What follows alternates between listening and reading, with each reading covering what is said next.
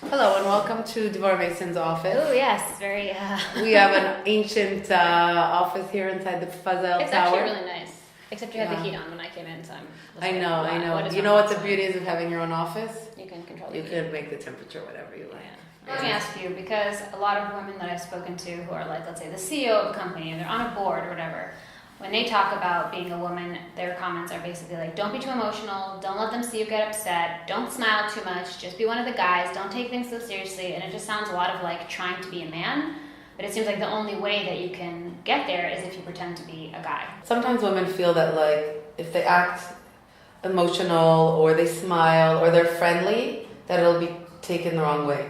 I think we haven't really worked on developing our skills in terms of female communication.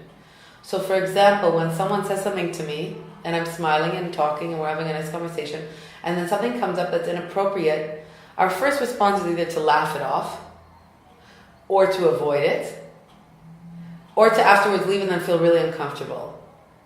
What I try to do is like when someone says something to me that I find very, very inappropriate or that makes me feel uncomfortable, I try to get them to repeat it again. Meaning as opposed to avoiding it, I say to them, so what you're trying to say is, so let me get this straight. Can you give me an example?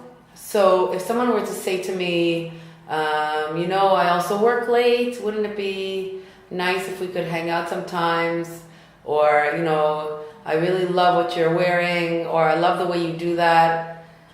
And then I'll say to them, so what you're trying to say to me is that you're interested in me beyond the professional work we're doing together. Or what you're trying to say is you want to hang out with me outside of the realm of our professional relationship. And they have to then confirm that. You can't just slip in these words. And then the response has to be, now I understand. And then follow up. Let me think about it if you're interested at all. Or that makes me feel uncomfortable. I don't have to laugh. I don't have to find it funny or amusing. Why do you think our natural instinct is to laugh it off or be like, I don't know, sometimes if I will say to them like, that makes me feel uncomfortable, like, don't take it so seriously, or like, why can't you take a joke? And then I feel bad because I'm like, oh, I'm just joking. And I don't know why everyone's fear is like, that's the ultimate fear is like, not that, you did something wrong, but that you're an ice queen and you're taking it too seriously. But in a sense, I think maybe that's like, do we feel like we need to be loved all the time? Right. And then if our behavior is loved by other people, but we're not happy with ourselves, then what have we gained? Like I said, in the end of the day, every person has to look at themselves in the mirror and feel good about themselves. So if you let someone treat you a certain way because they want to feel towards you a certain way, you don't feel that way towards yourself anymore. So what needs to change? Like, practically. So I think like we need really, we need on-site live training for women on how to deal with day-to-day solutions. We're all the time, we're always talking and writing articles and explaining and trying to give people like that like empowerment. But when push comes to shove, a woman is alone and she has to figure out what to do and she doesn't know what to do. Right. I think also women need to feel more comfortable in asserting boundaries.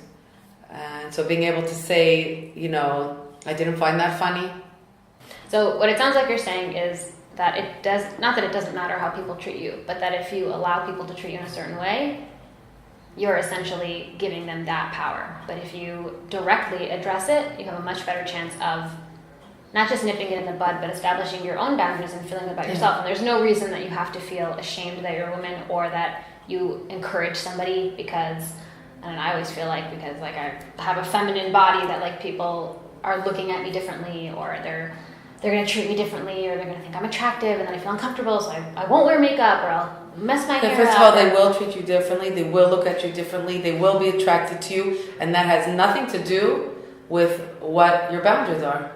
You need to feel good about yourself and about how people treat you and how you feel about who you are. That I do think, once again, that we need to have more understanding, education, training for women in real time. That's true. And truthfully, by the way, we were just mentioning one last thing about man bashing. There is no man bashing here. I'm married to a fabulous man. No, my business mentors have all mostly been men, and I work with men, and and he wants to put the okay. She's being called away to work. So Yeah, I gotta work. We've got to get things set up. Namaste. Namaste.